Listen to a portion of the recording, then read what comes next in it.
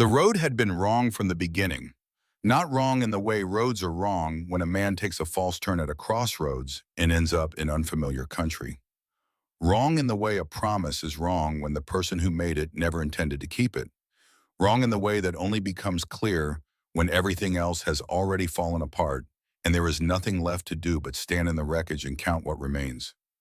What remained was three children, a broken axle, and a man named Elias Hale, who had walked the last 9 miles of Montana territory carrying a baby in one arm and a burlap sack of everything the family still owned in the other. The wagon sat a quarter-mile back, tilted on its side like something that had given up. The left rear wheel had caught a buried stone 2 days ago and snapped clean at the hub.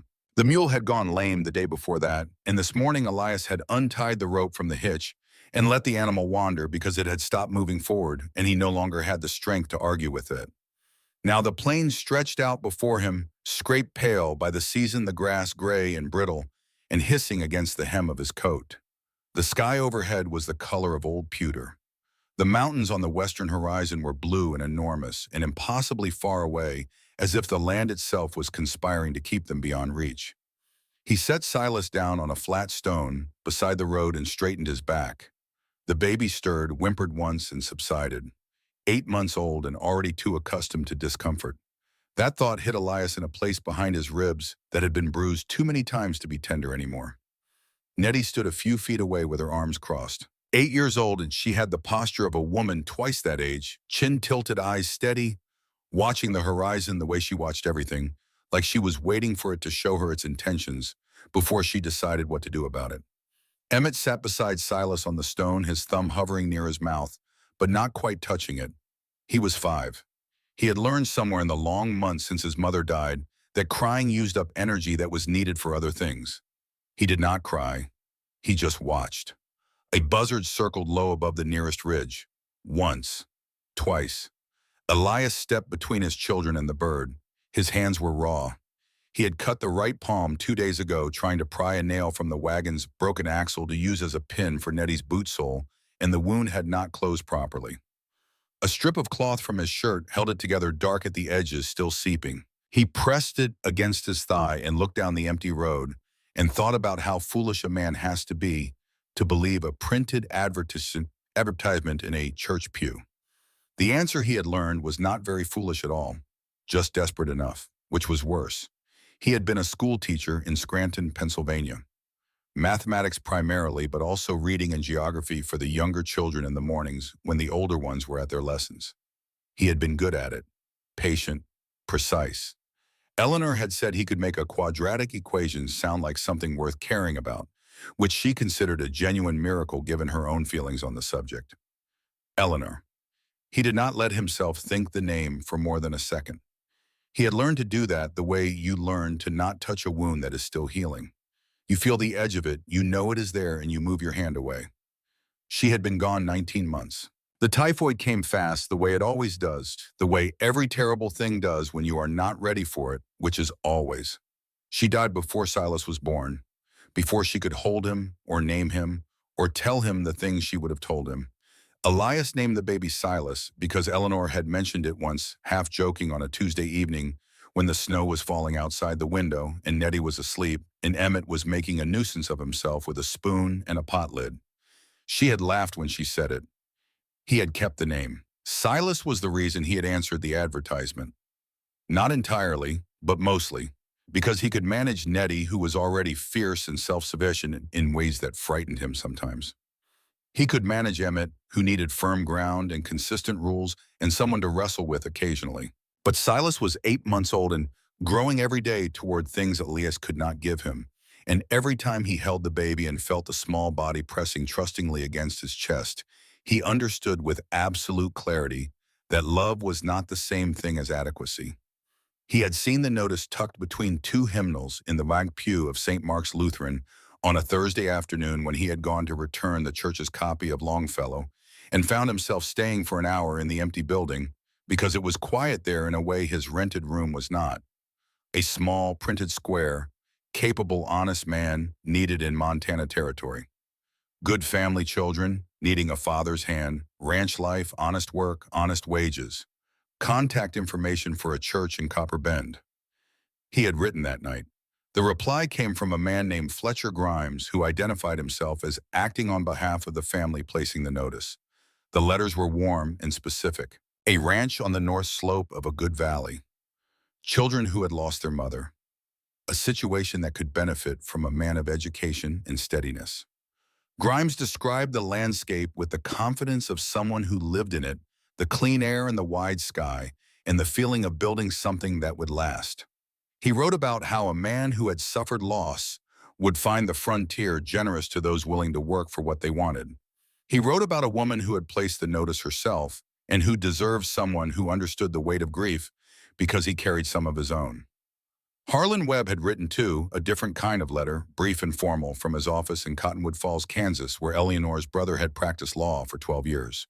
The letter arrived 2 months after Eleanor's funeral, after Elias had written to him in desperation, asking for any kind of help at all. Harlan's response had been 6 words long. Do not come. I cannot help. Elias had read the letter once, folded it into his coat pocket, and kept it there as a record of the world's indifference that he could refer to when he needed reminding of how things actually were. He had believed Grimes's letters because he needed to. He had been a mathematics teacher. He understood patterns and proofs and the logic of evidence. He had not understood that some evidence is manufactured. He sold the furniture. 3 train tickets, 1 for a baby, not yet 8 months old. He gave himself 200 miles to change his mind and did not change it. And now the road ran out ahead of him into the pale Montana plain, and the wagon was a quarter-mile back with a broken wheel, and the mule was somewhere in the brush, and Silas was whimpering on a flat stone, and Elias Hale stood between his children and a circling buzzard and tried to decide what came next. What came next was the sound of hooves, not thunder, not a single horse on a familiar road. 3 horses moving together and moving toward him. He squinted into the pale sun. The riders were still distant shapes resolved slowly against the gray-brown plain. He could see they were riding hard, not leisurely, the way people move when they are going somewhere they need to be, rather than somewhere they have chosen. He waited. When they were close enough to see clearly, he understood 3 things in rapid succession. The first was that all 3 riders were women. The second was that the one in front was watching him with the kind of concentrated attention that left no room for any assumption about what she might do next. The third was that the youngest of the 3, the one on the right, had already opened a saddlebag and was pulling something out before the horses had even fully stopped. They reined in 20 feet from him. The lead horse was a dark bay with a white blaze, and the woman on its back was 28 or thereabouts with dark hair pulled back under a weathered hat, a jaw set with the patience of someone who had learned that patience was a form of discipline rather than a natural quality. She wore men's work clothes and wore them practically not apologetically. Her eyes were the color of a winter's sky right before snow, and they moved the way experienced eyes move quickly from him, to the children, to the broken wagon down the road to his bandaged hand, and back to his face. The woman on her left was younger by 4 or 5 years, red-haired and angular, with the kind of alertness that came from spending too much time watching for things that could hurt you. Her right hand was resting on her thigh close to, but not touching the revolver at her hip. Not threatening, just ready. The youngest came from the right side of the group. She was perhaps 20, with honey-colored hair and eyes the warm amber of creek water in summer, and she had already dismounted before anyone spoke and was crouching beside Silas on the flat stone, holding out a piece of hard bread and making the low, reassuring sounds that calm small children and frighten animals. And apparently she had learned to distinguish very little between the 2. The dark-haired woman looked down at Elias from the saddle. She did not speak immediately. She looked at the children the way he had seen good doctors look at patients with attention, rather than sentiment, gathering information before forming a conclusion. She looked at his hand. She looked at the road ahead, which offered nothing in either direction. She looked at him. "Can you ride?" she asked. "Not well," he said. It was the first honest thing he had said to anyone in Montana territory, and he said it without thinking, which was why it came out true. He was tired enough for the truth to be the path of least resistance. She held his gaze for a moment that lasted longer than it should have. Then she swung down from the saddle in a single movement, efficient and without ceremony, and walked toward him. She crouched beside Silas, who had stopped crying and was staring at the bread the younger woman was offering with the focused intensity of a child who has been hungry for 2 days. The dark-haired woman checked the baby's temperature with the back of her hand against his forehead, looked at the color of his lips, looked at his fingertips. She stood, looked at Elias again. "I can carry them," she said. "All of them, if you can walk." There was no theatrical kindness in it, no performance of charity. It was a statement of logistics offered by someone who had assessed a situation and was acting on the assessment. He recognized the tone. It was the tone of a person who had been in enough hard circumstances to know that sentiment was something you felt quietly and efficiency was something you did out loud. He nodded, she nodded, and that was the entirety of the negotiation. Her name was Clara. She told him this on the trail between organizing the loading of the children onto the horses and managing the logistics of 3 extra people with a mule string that did not include a mule. She had a younger sister named Willa, who rode on the right and had still not spoken a word to Elias, and a youngest sister named Rowena, who had given Silas half of her own supper portion without being asked, and was currently riding with the baby settled against her chest like she had done it 1,000 times. He walked. 5 miles at first, then 6. Then the afternoon light began to angle low and gold across the plain, and the mountains drew closer, and the road narrowed through scrub oak and sycamore into something that felt less like a route and more like a choice. Clara did not ride ahead. She kept her horse at a walk beside him. Not for conversation. She did not push for conversation. She walked beside him the way a good working dog walks beside someone present and alert and not requiring anything in particular. Emmett had fallen asleep in the saddle in front of Willa, who held him with one arm and the reins with the other and said nothing about it.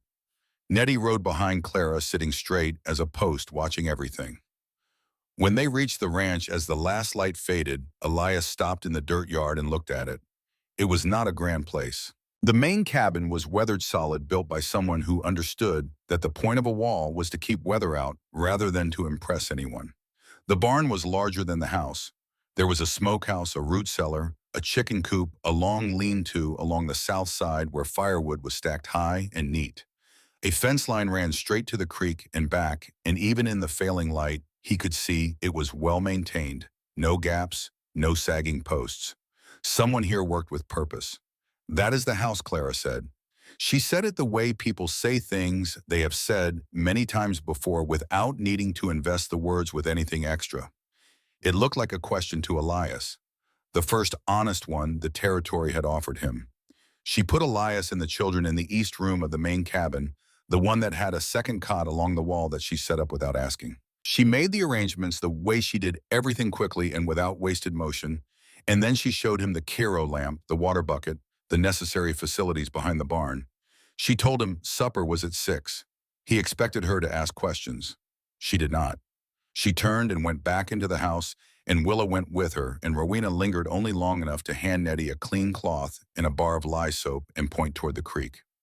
Elias sat on the edge of the cot after the children were settled and the lamp was burning low, and tried to understand what kind of person does what Clara Whitford had just done.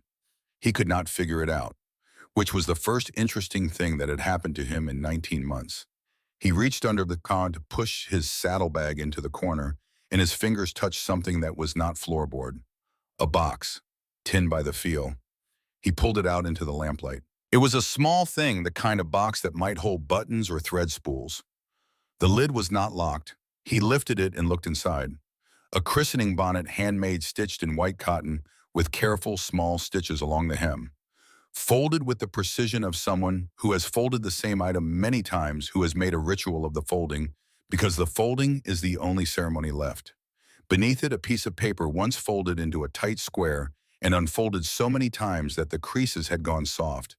And beneath the paper, a small bird carved from pine wood, no larger than a thumb, the grain of the wood worn smooth from handling its wings, folded close to its body, in the posture of something that has been held many times by hands that needed to hold something. He did not read the paper. He looked at it long enough to see that the handwriting was a man's, and that the ink was faded nearly to nothing, and that there was a name written there and a number and a month and a year. He did not read the name. Some things are not yours to read. He placed the bonnet back in the box, folded the paper back the way it had been, laid the carved bird beside the bonnet where it had lain, closed the lid, pushed the box into the exact corner of the exact shadow where it had been. He went to check on the children. Silas was sleeping. Emmett's thumb had found his mouth. Nettie lay on her back with her eyes open, looking at the ceiling. He sat beside her on the edge of her cot. She did not speak. He did not speak.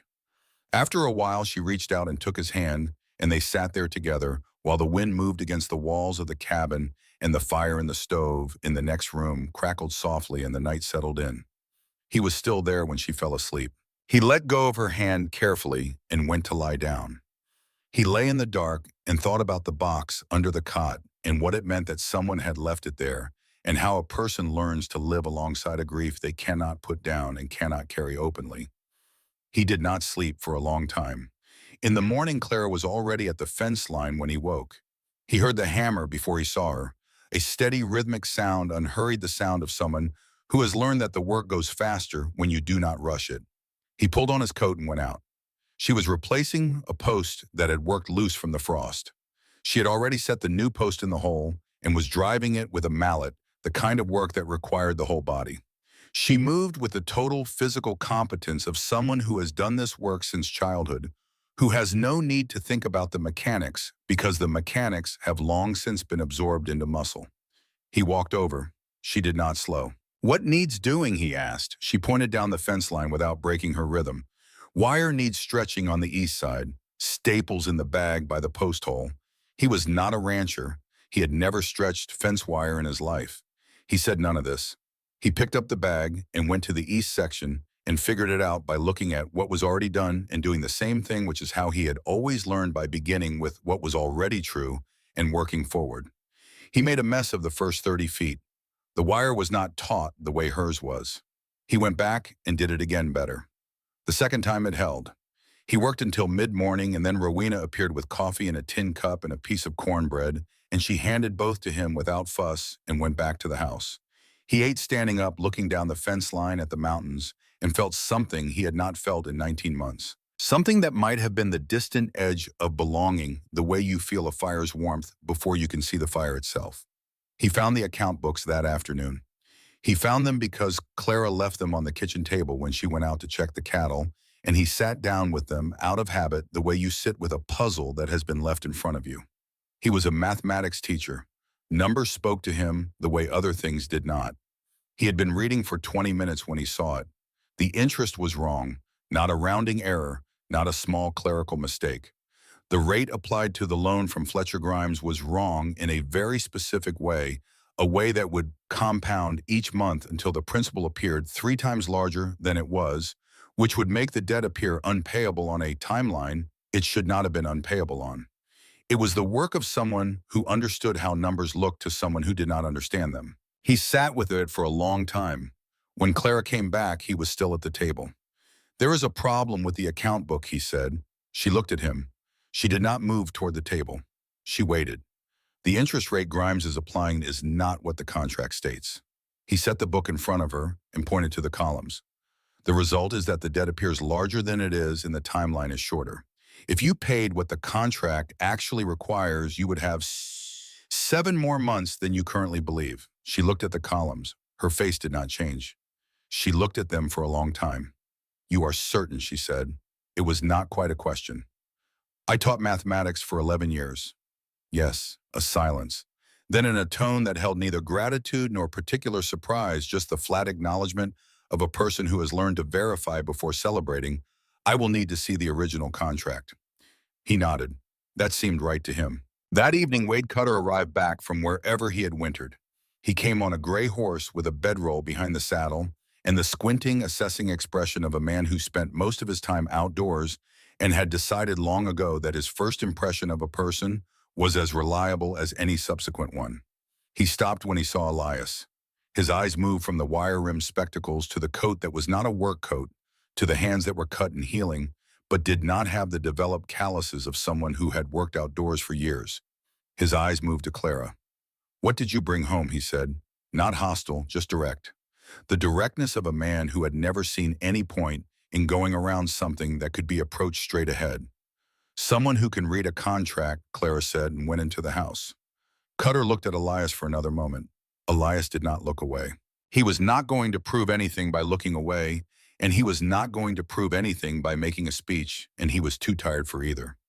So he just met the man's eyes with the straightforward steadiness of someone who had nothing to hide and also nothing particular to announce. Then Cutter walked his horse to the barn, and the moment ended, and that was that. 4 days passed. Elias learned the rhythm of the place by watching and doing and being corrected by the ranch's objects rather than by its people. The stove drafted from the left in the morning and the right in the afternoon. The barn door had to be lifted slightly when you opened it, or the latch would not seat. The creek ran shallow on the north side, and you had to step wide to cross in the dark. He learned Rowena first. She was easiest. She was the kind of person who had no talent for suspicion and did not bother to cultivate one. She brought him coffee without being asked, answered his questions about the ranch's history without apparent agenda, and occasionally appeared at the barn door to watch him attempt whatever he was currently attempting to learn with the patient, encouraging expression of someone watching a child try to swim for the first time. He learned Willa by understanding that she was not going to meet him part way and did not intend to. She watched him with the sharp attention of someone cataloging evidence, and if she was collecting evidence against him, she was at least thorough about it. He did not try to charm her. He suspected that charming Willa Whitford was not a project that any reasonable person would undertake on a limited timeline. He learned Clara slowly, not because she concealed herself, but because she was fully present only in the work, and the work was vast and various, and she moved through it with a focus that left little room for anything else. He caught her in the margins. The way she checked on the children when she thought no one was watching. The way she paused at the sound of Silas laughing just for a moment before she went back to whatever she was doing. The way she stood at the creek in the evenings, sometimes looking at the water with the expression of someone who has a conversation they cannot finish with someone who is not there. He knew that expression. He had worn it himself standing at the window of his classroom in Scranton long after the last student had gone home, looking at the street and talking to Eleanor in the inside of his head. He did not say any of this to Clara. Some things you hold in parallel with another person at a respectful distance without ever requiring them to acknowledge the holding. On the 6th morning, he took the account books and the original loan contract into town. He sat in the back of Margaret Hensley's general store with the 2 documents side by side on the counter and confirmed what he had found. The interest rate in the account books was not the rate written in the contract. The discrepancy was not an accident. He brought the documents back and placed them on the table. Clara sat across from him and read everything. Willa stood behind her with her arms crossed. Rowena watched from the doorway. Then Clara looked up. "How much time does this give us?" "7 months. She nodded. Something behind her eyes shifted, but not her expression. "We will need it," she said.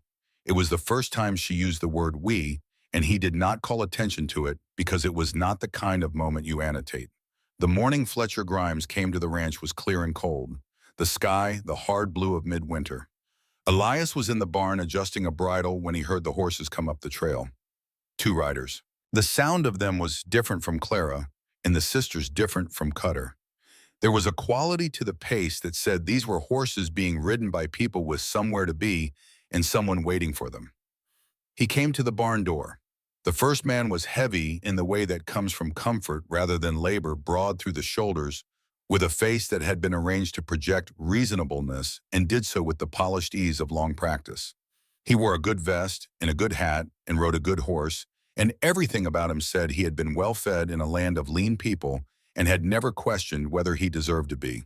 His smile was large and his eyes were empty. The second man wore a deputy's badge. His hand rested at his hip without particular tension. A reminder, not a threat. The heavy man reined in and looked at the porch where Clara had appeared, and his smile widened in a way that did not reach anywhere above the jaw. "Mrs. Whitford, Grimes is my name. I believe we have some business to discuss." He dismounted. He pulled a sheaf of papers from his coat, the loan contract with Clara's signature visible at the bottom. "Your loan payment is approaching," he said. His voice was pleasant, conversational, the voice of a man who has practiced being agreeable about things that are not agreeable. "I have also become aware of a concern regarding the relevant clause." He gestured toward Elias, who had walked out of the barn and was standing at the edge of the yard. "The contract, Mrs. Whitford, includes a provision in Section 3. The property owner must be in a lawful marriage registered with the county for a minimum of 60 days prior to the loan's final due date." He smiled at Elias. I believe Mr. Hale has been here for a week. Clara did not move. I believe you know exactly how long he has been here. Grimes's smile did not waver. The law does not concern itself with what I know. It concerns itself with what can be demonstrated. I want the land, Mrs. Whitford. The railroad survey has confirmed the western route. You know what that means for property values in this valley. He looked at the mountains. It would be a shame for something as simple as a contractual technicality to cost you everything you have built here. He folded the papers back into his coat. 30 days. After that, I return with a court order. He looked at Clara, then at Elias, then back. Good day. He turned his horse, and the deputy turned with him, and they rode down the trail. The dust they raised moved east on the wind. Elias stood in the yard and watched them go. He was thinking about the advertisement in the church pew, about the warmth of the letters, about the careful, specific detail Grimes had included about a ranch and a family and honest work. He was thinking about the order in which a man would have to plan things to produce this outcome. Grimes stopped at the bend in the trail. Just before the trees closed around him, he turned in his saddle and looked back at Elias with a smile that was now something closer to what it had always actually been. The notice in the church. He let the words carry across the cold morning air. It was not placed by a family Mr. Hale. I arranged it. The letters you received came through my office. All correspondence did. He let that settle. I needed a man here, someone whose presence would create exactly this legal ambiguity. You have been very useful. Thank you for making the trip. Then he was gone. The birds had stopped. The wind had stopped. Even Silas, somewhere in the house, had gone quiet. Elias turned toward the house. Clara was standing on the porch, her arms at her sides, her face doing that thing it did when she was processing something. Her composure was not going to let her react too visibly. Willa was behind her, jaw set, and for once there was nothing in Willa's eyes that looked like judgment of Elias. There was something that looked more like fury at something else entirely. Rowena had come to the door with Silas on her hip. The baby was gnawing on his fist. He did not understand any of what had just happened, and his indifference to it was the most comforting thing in the yard. Elias walked to the porch steps. He stood at the bottom of them and looked up at Clara. She looked at him for a moment. Then she said in a voice that was steady and direct, and entirely without the performance of either anger or despair, "Are you willing to stay and fight, not for me? He looked at you. His children looked at you when I brought you here. If I lose this ranch, they have nowhere either." He looked at her, at the set of her jaw, and the winter color of her eyes and the hands at her sides that were loose, not clenched, because she had learned that holding tension in your hands was wasteful when you might need it somewhere else. He thought about the tin box under the cot, about the bonnet folded with the care of ritual, about a small carved bird worn smooth from handling, about a note in a man's hand with a name and 3 days and a date. He thought about Nettie sitting in the barn, holding the lantern 2 nights ago, while he tried to figure out how to treat a horse's leg, because she had seen him struggling and come without being asked and held the light steady without complaint or commentary for an hour and a half. He thought about the advertisement on the church pew and how he had believed it because he needed to, and how needing something badly enough had never once in the history of human experience made it true. Then he stopped thinking about those things and stood in the cold dirt yard of a ranch in Montana territory that was not his but might become something, and he made a decision. Yes, he said, for all of them. Clara held his eyes. One nod, slow and certain. Then we have work to do, she said, and went inside to begin. Winter came to the Montana territory the way trouble always finds good people. Without announcement, without apology, settling in with the quiet certainty of something that has been planned for a long time. The first hard frost came in the second week. By the third, the creek had slowed to a near crawl at its edges, ice forming in thin plates that cracked under the weight of the boot.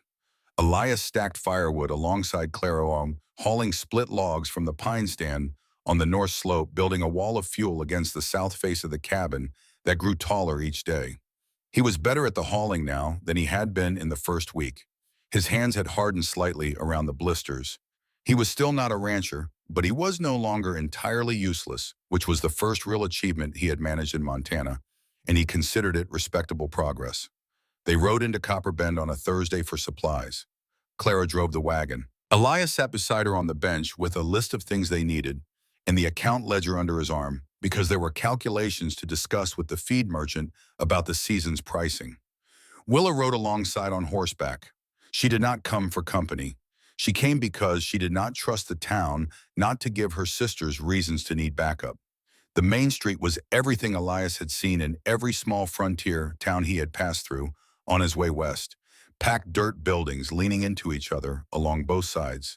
A saloon with fresh paint that made everything around it look shabbier. By comparison, a church with a crooked steeple and a general store whose sign said Hensley Dry Goods in faded blue letters above the door.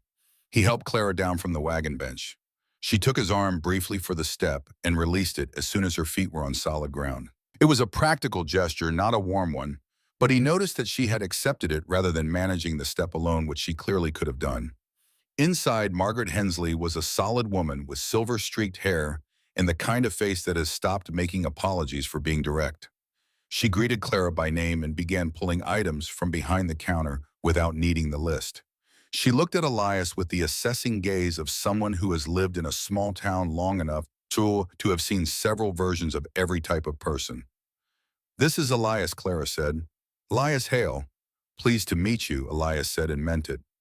Margaret studied him. Then she turned back to the shelves. "Clara, he said your name right. I have known 3 men in this town who could not be troubled to learn their wives' first names in the first month of marriage. That is something." He was not sure whether to be encouraged by the low bar or unsettled by it. He decided encouraged. He was examining the prices on a shelf of lamp oil when the door opened and the temperature of the room changed, not from air, but from something more social. A woman walked in who wore her social position the way other women wore cameos, as something attached to the front of her that announced what she thought of herself before she had to trouble anyone with words. She was 50 or thereabouts, thin and precise, dressed well enough for Sunday in what was still a Thursday. Behind her came 2 other women flanking her at a slight remove, the way attendants do. Edna Pruitt. Margaret said, her voice careful and neutral, in the way of someone who has long since learned to be neither friend nor enemy to certain people. Mrs. Pruitt stopped when she saw Clara. Her eyes moved over Clara from boot to collar with the comprehensive efficiency of someone who has decided already and is only gathering specific evidence. Then they moved to Elias, then back to Clara. "So this is the arrangement," she said. The word arrangement did all the work her face declined to do. "This is my husband," Clara said. Her voice was level and exact. "Of course," Mrs. Pruitt's smile was the kind that is installed rather than felt. "How nice for you, Clara, after everything." She turned to her companions. "We all know how difficult it has been for her, do we not?" Elias looked at the woman. He thought about several things he could say, things that would be satisfying in the short term and useless in every practical sense, and set them aside. "I understand you have some influence in Copper Bend." "Mrs. Pruitt," he said. He said it pleasantly in the tone he used for students who had not done their work and thought being personable would substitute for it. She looked at him. Something shifted in her expression, not much, just the faint recalibration of someone who expected a schoolboy and has encountered instead a teacher. "My husband is the county judge," she said. "That must be a great responsibility for you both." He held her gaze easily without aggression, the way you hold a door open as a courtesy rather than a contest. "The woman he married is someone this town is fortunate to have in it. I hope you have noticed." He turned back to the shelf and continued examining lamp oil prices. There was a small silence. Then Mrs. Pruitt said something to her companions too low for him to hear, and they moved to the back of the store and the temperature normalized. Margaret appeared at his shoulder. She murmured low and quick, "Grimes has been telling everyone the marriage is a fraud. Edna carries the message. She has the ears of half the women's auxiliary, and through them the ears of their husbands. Be careful." He nodded. She moved away. When they came out of the store, Clara walked to the wagon without speaking. He followed. As he was stowing the supplies, she said without preamble, "What did you say to her that you were someone the town was fortunate to have in it?" Clara looked at him, a long, measuring look, the kind that is not hostile, but is also not comfortable because it is simply the gaze of someone who is taking the accurate measure of a thing. "Thank you," she said. She climbed onto the wagon bench and picked up the reins. On the way home, they did not speak much, but the silence had a different quality than the silences of the first days. It was no longer the silence of 2 strangers measuring distance. It was beginning very slowly to be the silence of 2 people who have accepted that they are in the same situation and are thinking about it in the same direction. 2 days later, the snow came, and with it, the moment that changed the shape of everything between them. The blizzard hit in the second week of December, without the warning that good storms sometimes offer. The wind came first, screaming out of the north with the force of something that has been building for 1,000 miles of open plain, and then the snow came sideways, and the temperature dropped so fast that the water in the bucket beside the stove froze solid before Elias could find the extra blankets in the Caro lamp chest. The trees cracked in the timber like gunshots splitting from the cold. Elias and Cutter had ridden out at midday to check the cattle in the far pasture. A section of fence had been showing weakness, and the storm would test it. Clara watched them go from the porch and did not say anything about the dark line on the northern horizon that was not cloud but cold. She came back inside. She fed the stove. She put Silas in the crate near the warmth and covered him with the wool blanket and listened to him breathe the way she had listened to him breathe for the past 3 weeks, which was the way you listen to the breathing of a child who has been sick before and whose lungs you do not quite trust yet. He was fine at 3 in the afternoon. At 5 he coughed, not the short, dry cough of dust, a deep, wet, rattling sound that came from somewhere in the chest where coughs should not live. Clara crossed the room and put her hand to his forehead before the sound had finished. His skin was burning. She knew. Not from any book. From the same place a woman knows when the weather is about to change, or when a fence post will not hold, or when someone is lying to her from years of paying attention to how things actually are without the softening filter of how she wished them to be. Silas needed a doctor. Doc Whitaker was in Copper Bend. 3 hours in good weather, flat road, dry conditions. In this storm, with the road already drifting and the temperature dropping, she could not calculate the time. She could only calculate the necessity. She found Willalow in the back room. Stay with the children. Keep the stove burning as hot as it will go. Elevate Silas's head. Willa read her face. What are you doing? She pulled on her heavy coat. What needs doing? Willa caught her arm. Clara. She met her sister's eyes. If I wait for the men to come back, we lose time we do not have. She looked at Silas in the crate. He is breathing wrong, Willa. A pause, then Willa let go of her arm. She said very quietly, come back, I will. Rowena handed her the extra scarf without being asked, wrapping it around Clara's face and throat, and knotting it with the practiced hands of someone who has spent years anticipating what people need before they think to ask for it. Then Clara was out the door and into the storm. The cold hit her like a wall. She was moving toward the barn before her eyes had adjusted by feel and memory and the knowledge of every step between the house and the horse stall that she had taken 10,000 times. She saddled the bay mare in the dark, working by touch, and was out of the barn and into the blizzard before the wind had fully processed her arrival. She rode south. The road was not visible. She rode by what she knew of the land, the way the ground tilted toward the creek at a certain angle, the way the stand of cottonwoods sat 50 feet east of the third fence post, the way the hill sheltered the road for 300 feet, and then the wind came back full force. She had ridden this road in every condition the territory could produce, and the territory had produced most of them. She did not ride fast.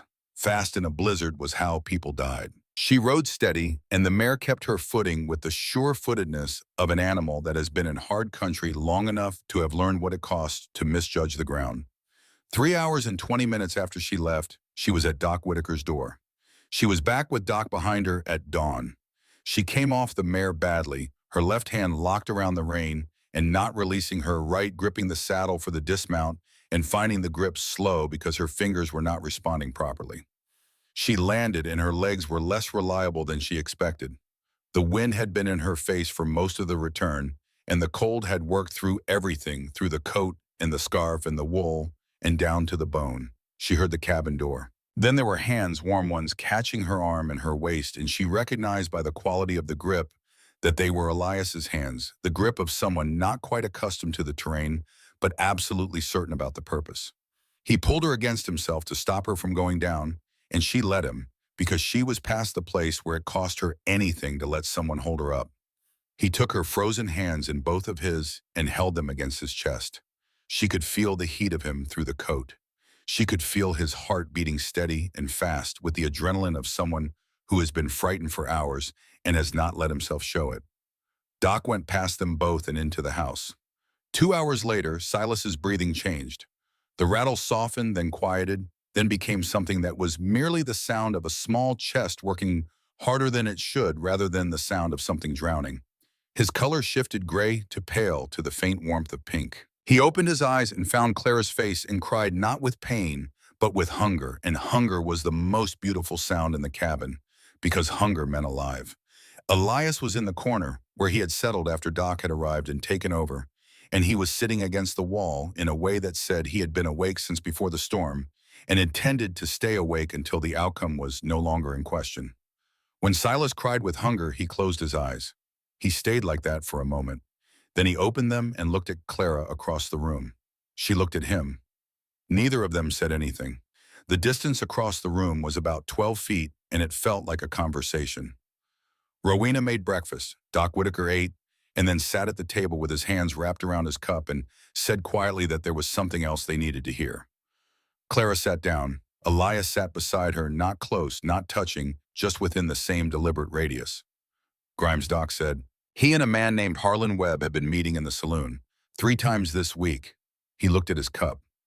"I have been in this town long enough to know what 2 men meeting like that are planning."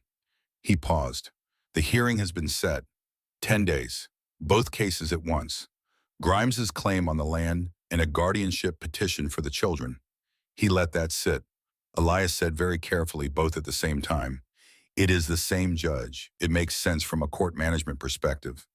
Doc sounded like he would have preferred that it made no other kind of sense. "Amos Pruitt will preside." Edna Pruitt's husband, Clara said. "The same." A silence. The stove crackled. Outside, the wind had died to a mere constant force rather than a screaming one. "He is a fair judge," Doc said, "whatever Edna is. 30 years on the bench. He cares about the law, which is not always convenient, but is at least consistent." Elias looked at his hands. He looked at the documents they had assembled over the past weeks, the original contract, the account discrepancies, Grimes's threatening note. Then he looked at Clara. She was already looking at him. She had been looking at him, he realized, for some time. "What is it?" he asked. "Nothing." She looked away, then back. "We have 10 days, yes. We have enough. We need to be sure." "What more do we need?" He thought about it. He thought about the affidavit he did not have. The medical documentation clearing his name from the accusation Harlan was planning to use about Eleanor's death, the implication that he had been negligent, that he had been absent at a crucial moment. He had been absent. He had been at the pharmacy because the doctor had told him to go, because Eleanor herself had told him to go. But he had no document confirming this. He had only his word, and his word was worth exactly what a court decided a widowed school teacher's word was worth when it contradicted the claims of a lawyer from Kansas. "I need to go," he said. Clara looked at him. "To get the medical documentation. A sworn statement from the doctor who attended Eleanor. That doctor is in Scranton. The county records office in Billings has a registry of affidavits. If the doctor files through a licensed notary and sends it to the registry, it can be in Billings within 2 days by telegraph confirmation." He had been thinking about it since he understood what Harlan was planning. He had been mapping it in the same methodical way he had mapped the solution to the accounting discrepancy. Find the fact, find its source, find the chain that connects the source to the place where it needs to be presented. "You would leave now," Clara said. 3 days before the hearing, I would be back in 2. She looked at him for a long time. The fire in the stove had settled to steady coals and the light was orange and constant, and in it her face was very still.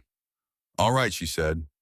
Doc Whitaker stayed 3 days checking on Silas and keeping the household steady with the quiet competence of a man who has spent his life being useful in difficult circumstances. When the baby was clearly on the mend, Doc wrapped his hands against the cold and rode back to Copper Bend, promising to return if needed.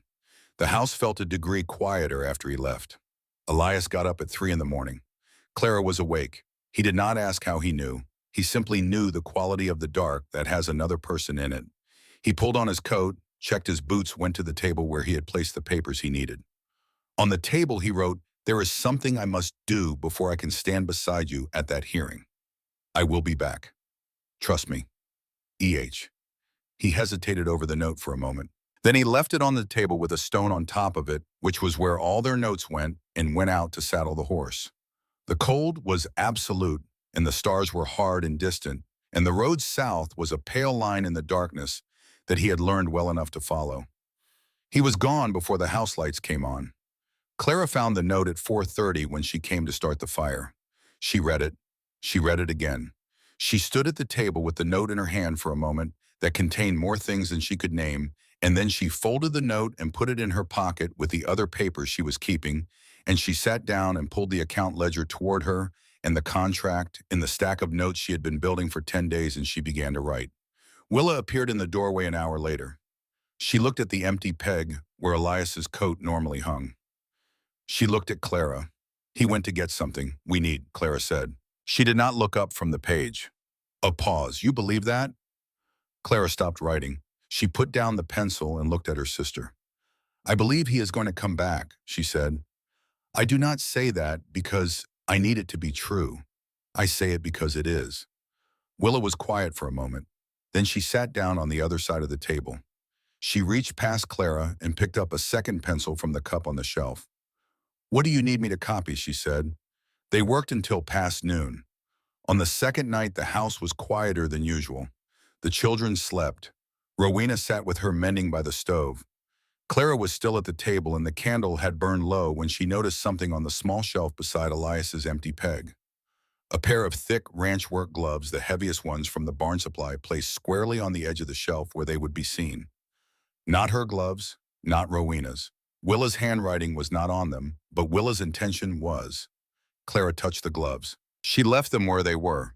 That night, after Nettie and Emmett had gone to bed, and Rowena was sitting with Silas and the house had gone to the quiet that comes after a full day of necessary things, Willa appeared in the kitchen doorway with 2 cups of coffee and sat down across from Clara. She did not say anything for a while. Clara did not push her. With Willa, you waited. Pushing produced a version of Willa's thinking, not the actual thing. The first week he was here, Willa said finally, I watched him try to drive a fence post. It took him 40 minutes. He had to rest twice. He got the post in crooked. Clara nodded. She had seen it.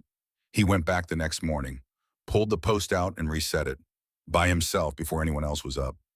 I checked the line that afternoon. His section was the straightest on the whole fence. Clara wrapped her hands around her cup. I still do not entirely trust him, Willa said. I know, but I think he is going to come back. Clara looked at the table, at the stack of papers she had organized, numbered and tied with kitchen string, at the pencil stub worn to a nub. So do I, she said. The next 2 days passed in the particular way that days pass when you are waiting for something. Slowly in the forward motion, fast in the accumulation of anxiety, Clara worked. She cleaned the barn and mended harness and checked the cattle and did the accounts and reorganized the root cellar. She did all the work there was and then found more work. The children gave her something else to focus on in the evenings. Nettie read aloud from the geography book she had borrowed from Margaret Emmett, demonstrated his new ability to carry water without spilling more than a quarter of it. Silas pulled himself to standing against the edge of the cot and grinned with the ferocious pride of someone who has just discovered that upright is possible. Cutter said very little, but he was present, and presence she had learned over the years was its own form of statement. On the second night, she could not sleep. She got up and lit the lamp at the lowest wick and went to the kitchen. She sat for a long time with the lamp and the papers and her own thoughts. Then, without quite deciding to, she pulled the tin box out from under the cot where she had left it for safekeeping since the night she had moved her things around to accommodate the children. She opened it. The bonnet, the note with James's name, the small pine bird, its grain worn smooth by hands that had needed to hold something through the long years of a grief that did not go anywhere on its own. She placed the bird in her palm. Seth had carved it in the days he spent waiting the last days before James arrived, and finished it the day the baby came and did not stay. She had found it in his coat pocket the morning after the burial, smooth and warm from being handled. She had kept it because it was the last thing his hands had made. She had put it in the box because the box was where she kept the things that were too heavy to carry in the open but too important to set entirely down. She placed the bird back, closed the box, slid it to its corner. She went back to bed. She slept. At mid-morning on the third day, she was in the barn checking the mare's left foreleg, which had been showing a small heat for a week when she heard the horse. One horse.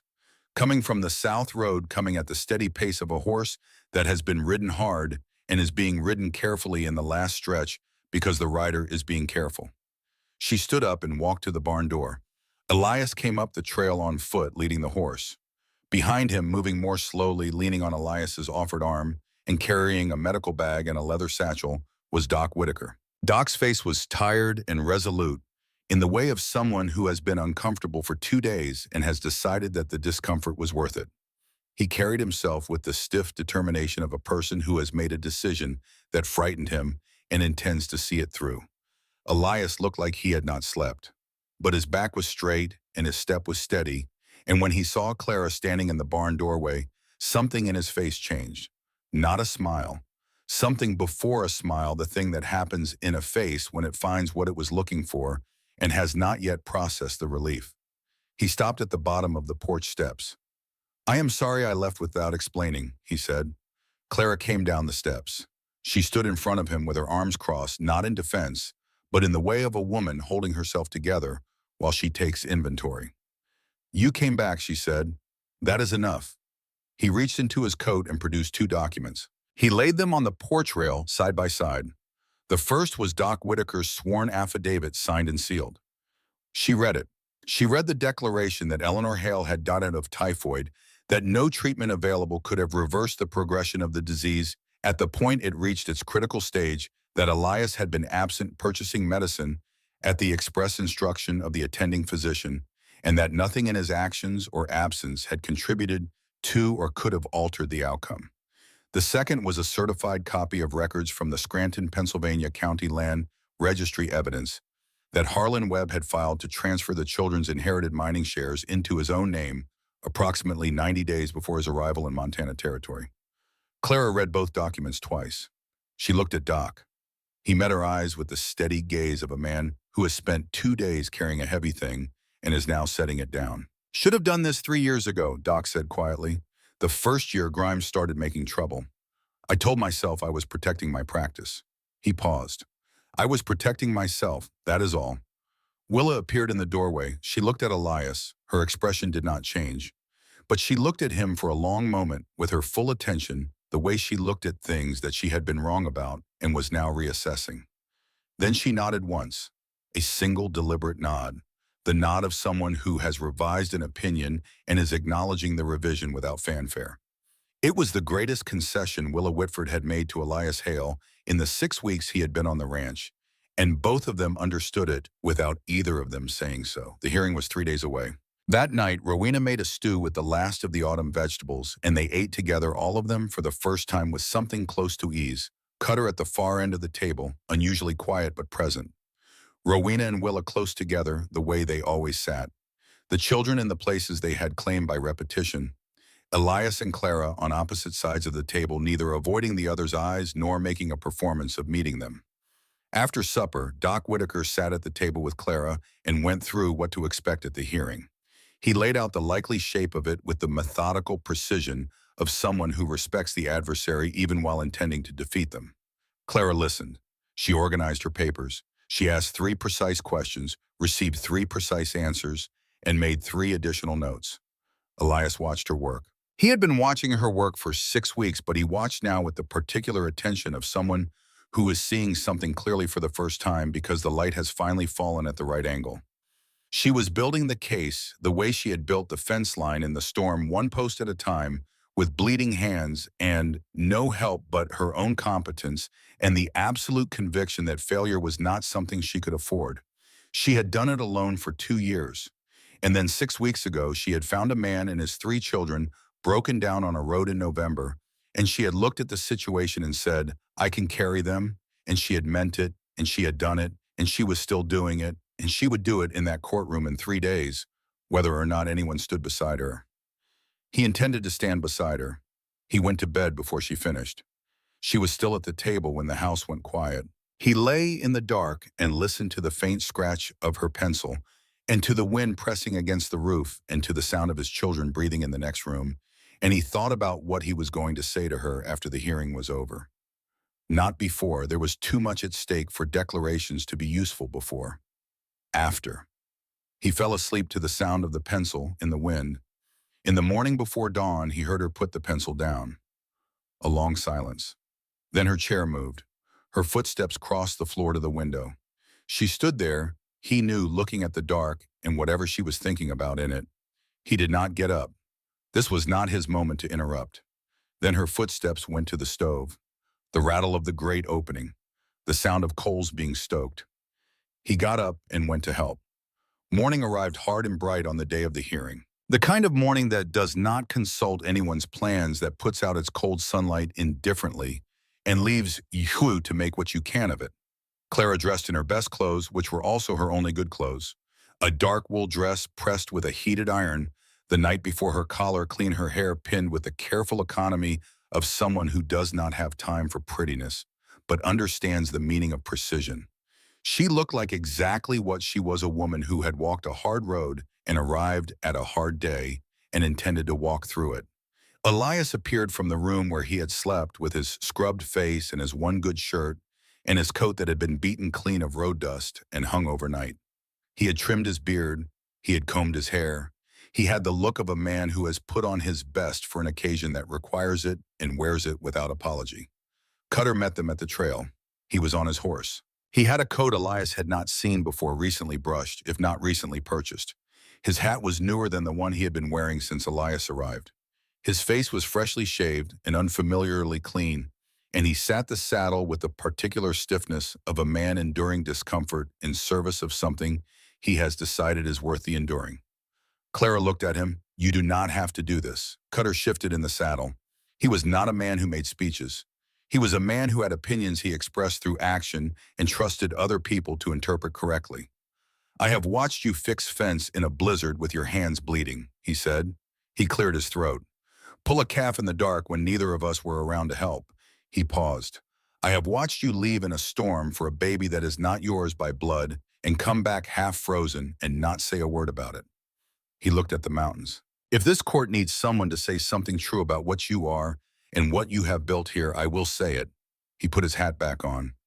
"Under oath if they put it in front of me." Clara could not speak for a moment. She nodded. That was sufficient. They rode to town together. All of them. The wagon with the children and Rowena Willa on horseback on one side, Cutter on the other, Clara, driving Elias beside her on the bench. 5 adults and 3 children on their way to a courtroom in a small Montana town, carrying between them a stack of documents and whatever the truth was worth, in a room with a judge and 2 men who were planning to take everything. Copper Bend's courthouse was on the south side of the square, a plain white building with a flagpole and a certain gravity that came from the things decided inside it over 30 years of territorial law. The territorial flag hung still in the cold morning air. The gallery was full by the time they arrived. Word had moved through the town the way it always did in small places, on currents of curiosity and genuine concern, and the basic human instinct to know how stories end. Elias recognized faces from the street, from the general store, from the church they had attended once on a Sunday 2 weeks after his arrival. He saw the women who had greeted Clara warmly after that service, the widow Morrison and her children, the school teacher, Alice Thompson, the women who had known Clara for years and who knew the difference between who she was and what the town said she was. They were here. He noted them. They mattered. Fletcher Grimes sat at the plaintiff's table on the right, with a thin man in spectacles who was the lawyer hired from Helena. Grimes was dressed for success, and the success he was dressed for was the kind that required other people to lose. His face was composed, and his hands were still, and he looked precisely like what he was, a man who had prepared for this day and expected to win it. Harlan Webb sat at a separate table also on the right. He had his leather briefcase open before him, documents arranged in meticulous rows. He had the focused abstraction of a man who has organized his thinking to exclude anything that might complicate it. Clara walked to the respondent's table on the left. She placed her papers on the table. Kitchen string around the stack, a pencil stub in her pocket. Elias sat directly behind her in the gallery. Nettie, Emmett, and Silas sat with Rowena 3 rows back. Nettie sat straight with her hands in her lap. Emmett's eyes were wide and solemn. Silas was asleep against Rowena's shoulder, breathing the easy, untroubled breath of a child who has no idea that the room around him is deciding the shape of his future. Judge Amos Pruitt entered through the side door. Tall, thin, in the way of a man made lean by time and discipline, white-haired with a jaw that appeared to have been set in concrete at some point in his 30s and had not shifted since. He carried a leather-bound book and a gavel.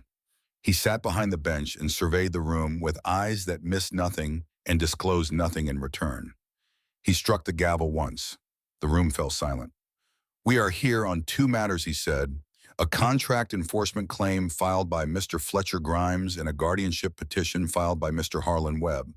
Both concern the Whitford Ranch property and the children currently in the care of Mr. Elias Hale." He looked at the table on the left. "You have no legal counsel, Mrs. Whitford." "No, Your Honor. I will speak for myself." A murmur passed through the gallery.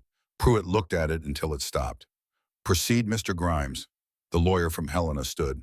He was efficient and practiced, and he presented the contract claim with the mechanical precision of someone who has decided the facts are on his side and needs only to present them clearly. Clara Whitford had entered a loan agreement with Fletcher Grimes 4 years prior. The agreement included in Section 3 a provision requiring the property owner to be in a lawful marriage registered with the county for a minimum of 60 days prior to the loan's final due date. The current occupant, Elias Hale, had been present on the property for 43 days. The condition had not been met. The loan was in default. The property should revert. He placed the contract on the judge's bench. Clara's signature was visible at the bottom. Pruitt examined the document. He looked at Clara. "Mrs. Whitford, your response." Clara stood. She stood the way she stood at a fence line in the dark with a lantern with both feet on the ground and her back straight and without looking behind her for reassurance, because reassurance was not what the situation required. She picked up her papers and stepped forward. "Your Honor," she said. Her voice did not waver. It was clear as creek water. "I signed that contract. I do not deny that. I signed it because I needed a loan, and Grimes was the only lender in the county who would extend one to a woman managing a ranch alone." She paused. "Let the room absorb that. I signed the contract that was placed before me. The contract in Section 3, as written, specifies that the property owner must be in a lawful marriage registered at least 60 days before the final due date. Mr. Grimes has read that section accurately." She placed a document on the judge's bench. "However, Your Honor, this is the original loan agreement that I signed. And this," she placed a second document beside it, "is the contract that Mr. Grimes has filed with the court." She let the pause last long enough. "Compare Section 3. The 60-day provision is not in the document I signed. It has been added. The language in my original copy ends after the sentence specifying the due date and payment terms. The language in Mr. Grimes' copy contains an additional sentence and a half that does not appear in the original. I have had 2 people with no interest in this case examine both documents and confirm the discrepancy. One is a certified accountant from the county seat.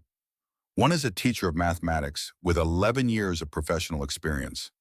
I will present their written statements if you require them." The courtroom moved. Grimes's lawyer started to stand. Pruitt waved him down with a single motion of his hand that left no room for interpretation. "Continue, Mrs. Whitford. I would also like the court to hear from Mrs. Margaret Hensley, who has operated Hensley Dry Goods in Copperbend for 22 years. Clara turned toward the gallery. Mrs. Hensley, Margaret Hensley, rose. She was not someone who performed solemnity. She simply walked to the front of the courtroom with the composure of a person who has been telling the truth her whole life and finds it no more difficult in a courthouse than anywhere else. "Mrs. Hensley," Clara said, "how many women has Mr. Grimes brought to Copperbend under loan or contract arrangements in the past 7 years?" Margaret's answer was direct. "At least 4, counting yourself." "And what happened to the others?" "2 left in the first year in circumstances that discouraged them from staying. One arrived in the spring of 1876, worked in Mr. Grimes's saloon for 4 months, and then disappeared." Margaret looked at the judge. No one saw her leave. No one heard from her again. Her name was Sarah Willows. I do not believe she left voluntarily. The room erupted. The room. Pruitt's gavel came down 3 times before the noise subsided. Grimes was on his feet. "That is a fabrication. Sarah Willows left of her own accord. She was free to go, and she went." "You will sit down and wait your turn," Pruitt said. His voice did not rise. It did not need to. It was the voice of a man who has been in rooms with loud people for 30 years and has learned that stillness is more authoritative than volume. Grimes sat down. His face was red. His hands on the table were not quite still. Is there additional testimony, Pruitt asked. Doc Whitaker was already standing. He walked to the front of the courtroom slowly with the careful step of a man who is managing both arthritic knees and the weight of what he is about to say. He set his medical bag on the floor beside the bench. He straightened up. He looked the judge in the eye, and then he said something that he had not said for 2 years, something he had been carrying inside his chest like a stone he had decided to keep rather than put down. In October of 1876, he said a young woman named Sarah Willows came to my office at 2 o'clock in the morning. She had been beaten. Her face was severely bruised, and her left arm was sprained, and she had marks on her neck consistent with attempted strangulation. He did not look at Grimes. His eyes stayed on the judge. She told me that Fletcher Grimes had attacked her when she tried to leave at his employ. She said he had told her that no one leaves. She said she believed he would kill her if he found her attempting to leave again. The room was completely still. I gave her money from my own pocket. Doc continued, I arranged for her to leave on a freight wagon that departed before dawn. I have not heard from her since. He paused. I said nothing about this for 2 years because I was afraid of what Grimes could do to my practice, to my standing in this community, to my life. He looked at his hands, then back at Pruitt. I know what that silence cost. I am telling the truth today because there is a woman in this courtroom with 3 children, one of whom she rode through a blizzard to save. Who deserves better than my cowardice? He picked up his bag, stood straight. I am sorry it took me this long, he said, and went back to his seat. The silence after that was the kind that fills a room entirely, the dense charged quiet of something that cannot be unsaid. Grimes's face had gone the color of old ash. The lawyer from Helena was looking at his documents as if they might tell him something useful about a situation that had moved far beyond contract law. Deputy Buckley, sitting near the back of the room, had both hands on his knees and was looking at the floor. Pruitt studied Grimes for a long moment. A long, deliberate, unrevealing moment of the kind that only a judge with 30 years of experience can sustain without either looking away or giving something away. Then he turned to the second table. Mr. Webb, your petition. Harlan rose. He had the professional composure of a man who argues for a living and had prepared for this and did not intend to rattle. He presented the guardianship case in measured, precise sentences. Elias Hale was a widower with no property of his own, no established income in Montana Territory, living in an irregular situation on land that belonged to someone else. The children lacked stable institutional support and access to the inheritance their father's family had established. As their uncle and nearest male relative of the maternal line, Harlan was the natural legal guardian. He would provide education and security and access to the estate's assets. He placed his petition on the bench. It was detailed. It was professional. It was the work of a man who knew the law well enough to aim it. Elias stood. He did not stand to give a speech. He was not a man who gave speeches. He was a man who understood that the most effective way to solve a problem was to identify the accurate variable. Your Honor, he said, I have 2 documents I would like to present. The first was Doc Whitaker's affidavit. He placed it on the bench. A sworn medical statement sealed and notarized confirming that Eleanor Hale had died of typhoid, that the disease had progressed beyond any available treatment at the point of crisis, and that nothing in Elias's absence or presence could have affected the outcome, that he had been absent because he was purchasing medicine as directed by the attending physician. The second document he placed beside it was the registry record from Scranton, Pennsylvania. This is a certified record from the Scranton County Land Registry, Elias said. It documents a transfer of mineral rights associated with the Hale family estate. The transfer was filed 3 months before Mr. Harlan Webb arrived in Montana Territory. The assets transferred included the mining shares that were held in trust for my 3 children. The transferee listed is Harlan Webb. He looked at Harlan. He did not transfer these shares from the children's trust to his own name with my authorization. He did not do it with any court order. He did it because he knew that guardianship of the children was the most direct path to challenging the transfer, and he came here to establish that guardianship. Harlan's composure cracked. Not completely, just at the edges in the small places where control breaks first. He started to speak. Elias continued.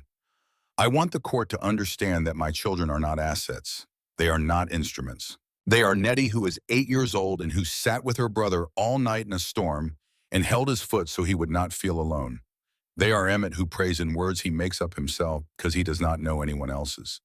They are Silas, who walked for the first time in this county, in this valley, in the house of people who did not have to help us and helped us anyway. He looked at the judge. My children have a home. They have a family. They have a future in this place if the court allows it. Pruitt read the registry document. He read it twice.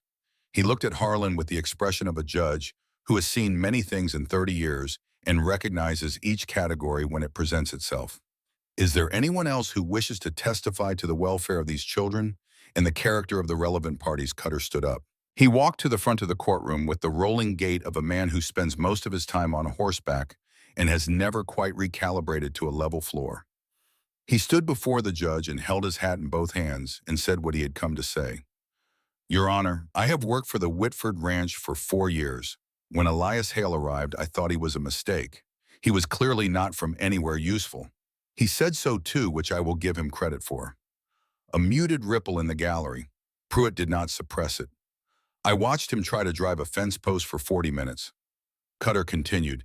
He did it crooked. He went back the next morning before anyone else was up and did it again until it was right. I watched him sit with a sick baby through an entire night in a storm singing to the child, not because he wanted anyone to see it, but because the child needed it. I watched him travel to Billings in 2 days to get documents that would help someone else's court case. He looked at the judge. Those children are fed and clean and safe. The eldest can calculate the weight of a steer by looking at it. The middle one carries water without complaining. The baby took his first steps in the Whitford kitchen on a Tuesday morning and fell down 4 times and got up 4 times, which I think says something about the place he is being raised in. He put his hat back on. I have said what I came to say. He walked back to his seat. He sat down and looked straight ahead, and his expression was the expression of a man who has made himself do something difficult and is relieved it is over and also satisfied that it was done. The room was quiet, not the charged silence of before, something quieter and more durable. Pruitt sat still for a time that felt longer than it was. He looked at the papers spread before him. He looked at Grimes, whose gray face had not recovered. He looked at Harlan, whose briefcase was closed. He looked at Clara standing at her table with kitchen string around her documents. He looked at Elias. He looked at the 3 children, 2 of them watching with wide eyes, and one of them sleeping the deep sleep of an infant who trusts that the world is manageable. He picked up his gavel. On the matter of the contract claim filed by Fletcher Grimes, he spoke with the cadence of a man who has chosen every word in advance and will not be hurried. The court finds that the contract filed as evidence contains language not present in the original document signed by the property holder. This constitutes fraudulent alteration of a legal instrument. The claim is denied. The property remains in the lawful possession of Clara Whitford Hale. He paused. Furthermore, the testimony of Dr. Whitaker regarding Sarah Willows raises questions of criminal nature. Mr. Grimes will be detained pending an investigation by the territorial marshal. Deputy Buckley is suspended from duty pending review of his conduct in this matter. 2 men from the far side of the gallery moved toward Grimes. They wore expressions that said they had been asked to be here this morning for exactly this purpose, and were carrying it out without particular relish or particular hesitation. Grimes stood. His face showed nothing for a moment. Then he looked across the room at Clara, and what was in his face was not anger and not hatred. It was the cold, flat recognition of a man who has been outplayed by someone he considered beneath him and who cannot yet fully accept that this is the truth of the situation. They let him out. The door closed. The room exhaled. On the matter of the guardianship petition filed by Harlan Webb, Pruitt's voice continued without changing pace or tone. The court finds no legal basis to remove these children from their father's care. The evidence presented demonstrates continuous and devoted provision under genuinely difficult circumstances. The registry document indicates that Mr. Webb's interest in custody of the children is primarily financial in nature, and that he has already taken actions to that end that exceeded his legal authority. The petition is denied. He looked at Harlan. Mr. Webb, you are related to these children by blood. That relationship and the door it opens remains. But guardianship to control an estate is not something this court will grant. If you wish to be a presence in these children's lives through legitimate means, that choice remains yours to make. The gavel came down. Final, definitive.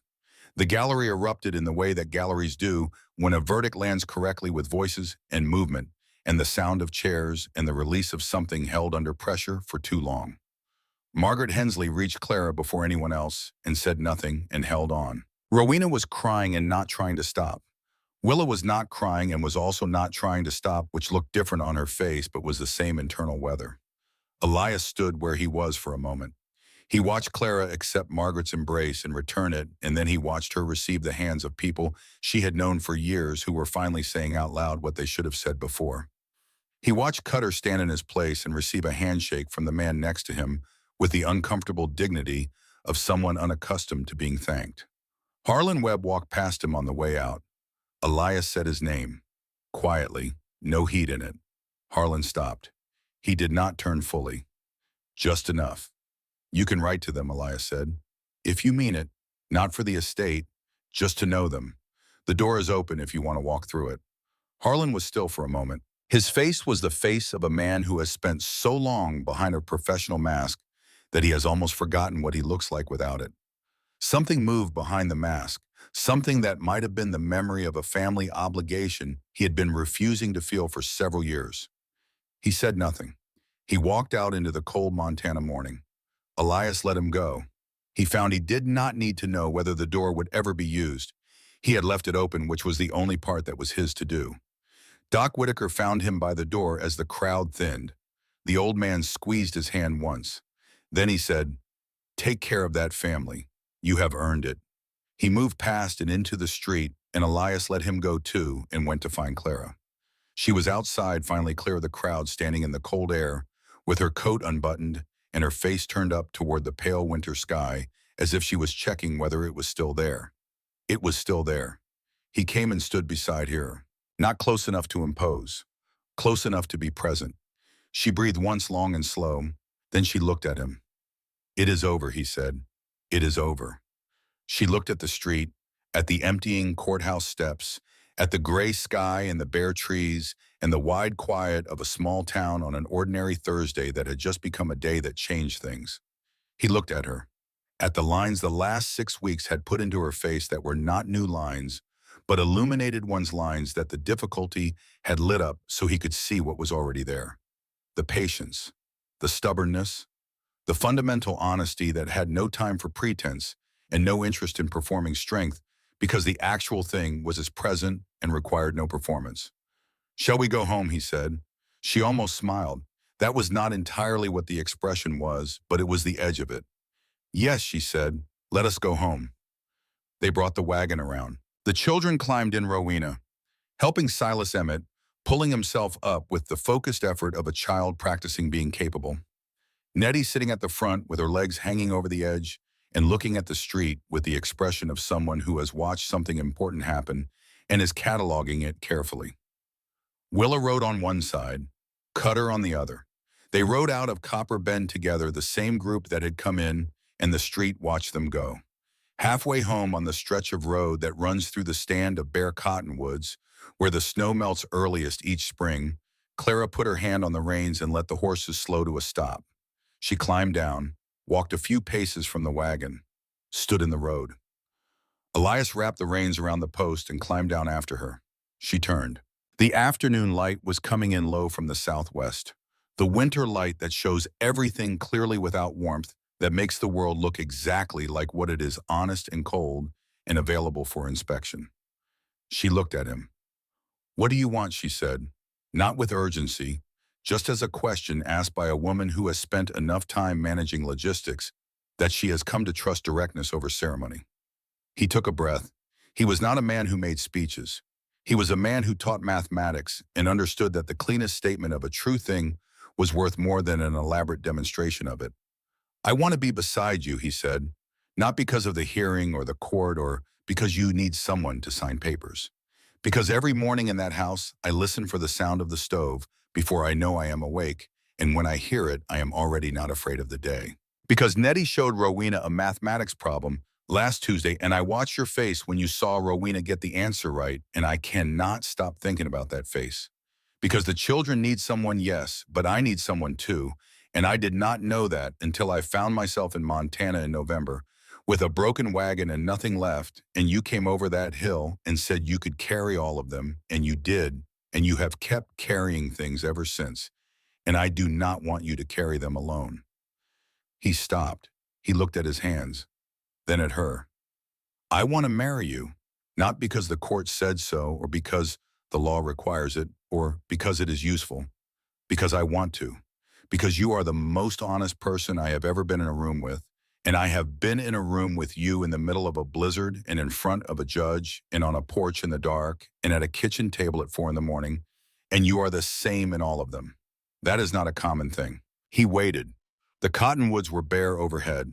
The snow had melted along the road in the recent days, leaving patches of brown earth and here and there the faintest suggestion of something beginning to be green. Clara looked at him. Not the inventory look. Something else. Something she was allowing herself, which was not the same as the thing she simply had. I do not need someone to carry me, she said. I know, I have watched you carry everything for 6 weeks. He met her eyes. I would like to carry some of it. Beside you. Not instead of you. She was quiet for a moment. I want the same, she said. She said it plainly without embellishment, the way she said true things. I have wanted it since the night on the porch steps in the cold when you told me you had put the bonnet back in the box without reading anything because you knew what it was, and you knew it was mine to keep. I did not let myself know that I wanted it then. I am letting myself know it now. He stepped forward. She stepped forward. He kissed her in the middle of the road between the bare cottonwood trees with the mountains behind them in the plain, unhurried way of two people who have been arriving at something for a longer time and have finally allowed themselves to stop moving toward it and simply be there. In the wagon, Nettie looked at Emmett.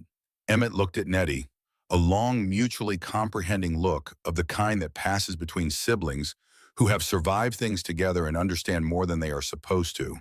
When they finally broke apart, both of them, a little quieter than they had been, Clara rested her forehead against his for a moment. Then they got back in the wagon, and Clara picked up the reins and they rode toward the ranch. They held the wedding under the cottonwood tree at the back of the ranch on a morning in late March when the first buds were breaking on the branches and the air smelled of wet earth and pine, and the beginning of something that was not winter. No preacher, no congregation, no performance of an occasion. 5 people and 3 children and the mountains and the sky, which was enough. Margaret Hensley stood on one side as witness, her jaw working with the effort of not crying her expression, the expression of a woman who has seen enough of the hard kind of things that she genuinely appreciates a good thing when she witnesses one. Cutter stood on the other side with his hat in both hands, in the discomfort of a man who finds emotion difficult to metabolize, and handles it by standing very still and being present in all the ways that are not verbal. Willa and Rowena stood close together. Willa's jaw was set. Her eyes were bright. Rowena was not attempting to manage her face at all. Elias took Clara's hands. His grip was firm, the grip of a man who has learned over 6 months that there are things worth holding on to and intends to hold on. I give you everything I have, he said. These hands, this land we are building on together. My name and my word and whatever time remains, I will stand beside you. I will not leave. Clara spoke. Her voice was clear, the voice she used for things she meant completely without reservation, without the hedge of uncertainty. I have known the kind of loss that settles into the bones and makes you wonder if warmth is something that happens to other people. She looked at him. With you, I know it happens to me. I hear my children laughing and the fire in the morning and the creak at night and your boots on the porch when you come home. I am not afraid of the road ahead. I will walk it with you, and if I have to, I will carry you. Nettie stepped forward. She was holding something in her open palm, offered up with the careful solemnity of a child who understands that some moments require the whole of your attention. A small wildflower, purple, barely larger than a thumbnail, dried and pressed flat between 2 squares of stiff paper. She had found it by the creek 3 weeks before the very first wildflower of the season, first saying that what had been frozen was beginning to come back, and she had pressed it and kept it without telling anyone because she had known with the instinct of a child who has watched carefully that it would be needed. She placed it in the space between their joined hands. Elias looked at the flower, then at Nettie. He was going to say something. He did not say anything. He put his free arm around her shoulders and held her. They knelt together, all four of them, and dug a small hole at the base of the cottonwood tree with their hands. They placed the flower in the hole. They covered it with earth and pressed the ground flat with their palms, four sets of hands together on the dark soil, making the earth hold something small and important and irreplaceable. They stood. Emmett tugged on Elias's sleeve with the focused intention of a child who has a question that cannot wait. "Does this mean we are staying?" Elias looked at Clara. She was looking at him.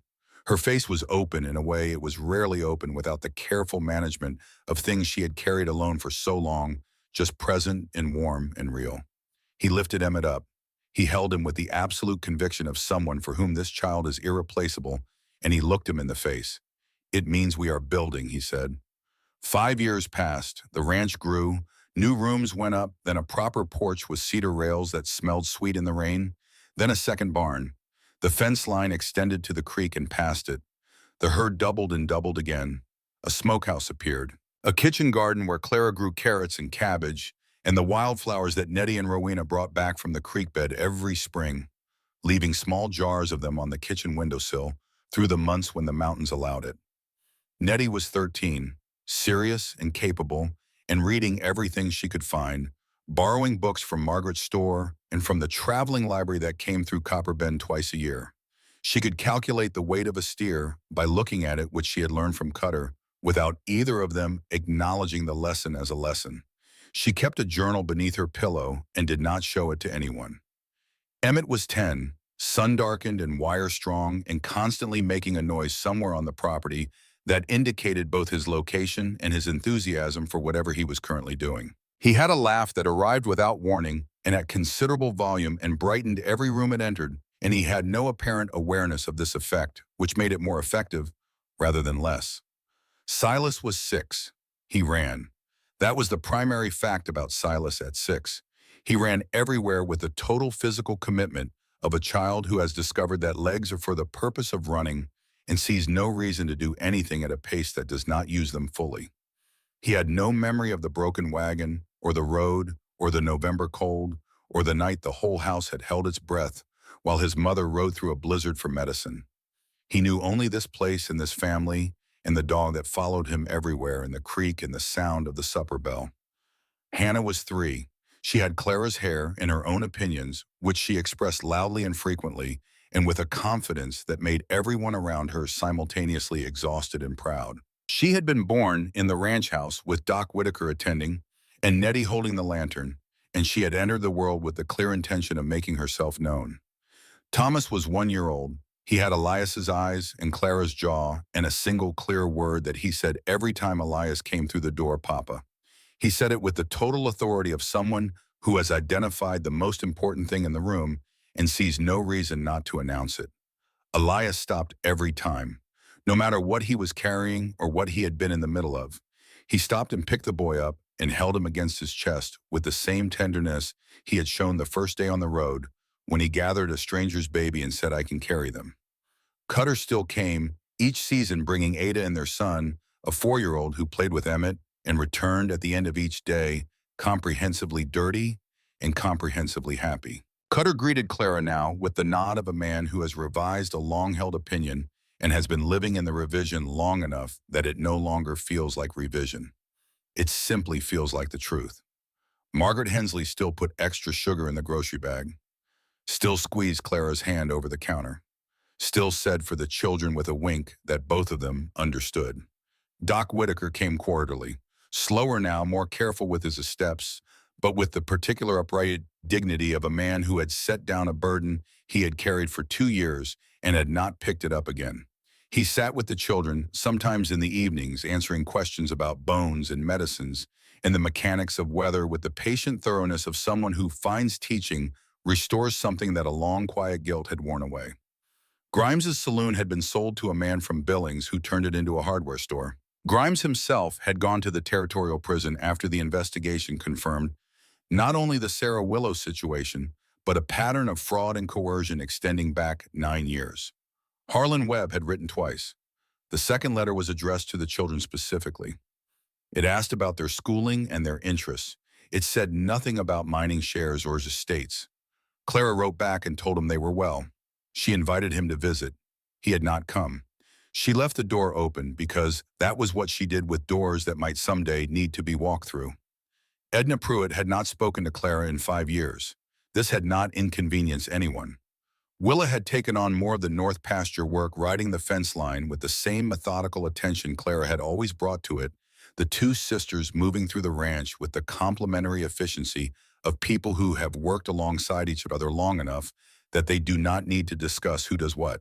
Rowena had started teaching the older children their lessons in the evenings, which she was better at than she had any formal training to explain, and she continued to appear at people's elbows with coffee or a poultice or a clean cloth at exactly the moment it was needed, as if she kept a private running inventory of what the world around her was about to require. On an evening in late spring, Clara stood at the kitchen door and watched her children play in the yard. 5 of them. 5 voices and 5 sets of running feet and 5 reasons to wake up and continue building. The cottonwood tree had grown in 5 years, its roots deep and its branches wide enough to shade the whole porch in summer. Beneath it, somewhere in the earth, a dried purple flower pressed flat by 4 sets of hands on a morning when the world decided to begin again. Elias came behind her. His arms circled her waist. His chin rested on her shoulder. He smelled of pine and leather and the fresh cedar of the new porch rail he had finished that afternoon. She felt him looking past her at the yard, at the 5 children, at the garden coming up green and the fence line straight and clean and the mountains blue and permanent on the horizon, at the life they had built from a broken wagon and a dusty road in a morning in November, when she had looked at a stranger and his 3 children and decided that carrying was what the situation required. She said, "Do you remember the day I told you I could carry them all?" He was quiet for a moment. The children were shouting about something near the woodpile. The dog was barking. Willa's voice came from the direction of the barn, some instruction about the fence gate, loud and competent. "There are more of them now," he said. She turned in his arms so she could look at him, at the lines around his eyes that were deeper than they had been, at the gray at his temples, at the hands that had learned over 5 years how to build and mend and hold and stay. "Can you still carry them?" she asked. He looked at her. His eyes were warm in a way that the exhaustion and the grief and the long cold winters had not managed to change, because some things are specific enough to the person that circumstance cannot alter them. "Always," he said. The wind moved through the valley. It stirred the new green of the grass and the budding cottonwood leaves and carried the smell of earth and wildflowers and the smoke from a chimney that stood straight and true. Above the clearing, the sky was clean. No clouds, no gathering storms on the horizon. The mountains were blue and present and exactly where they had always been. And somewhere out on the long road between Pennsylvania and Montana, somewhere in the dust, in the cold, and the broken promises, the journey that had brought them here was already part of a past so far behind them it seemed to belong to someone else. It did not. It belonged to them. It had made them. And they had made something else of it, something that did not have a name but was present in the sound of 5 children laughing in a yard in the late spring light, in the feel of 2 scarred hands holding on in the shape of a life, built one deliberate day at a time by 2 people who had learned that carrying is what you do when you love something, and that love in the end is always stronger than the weight.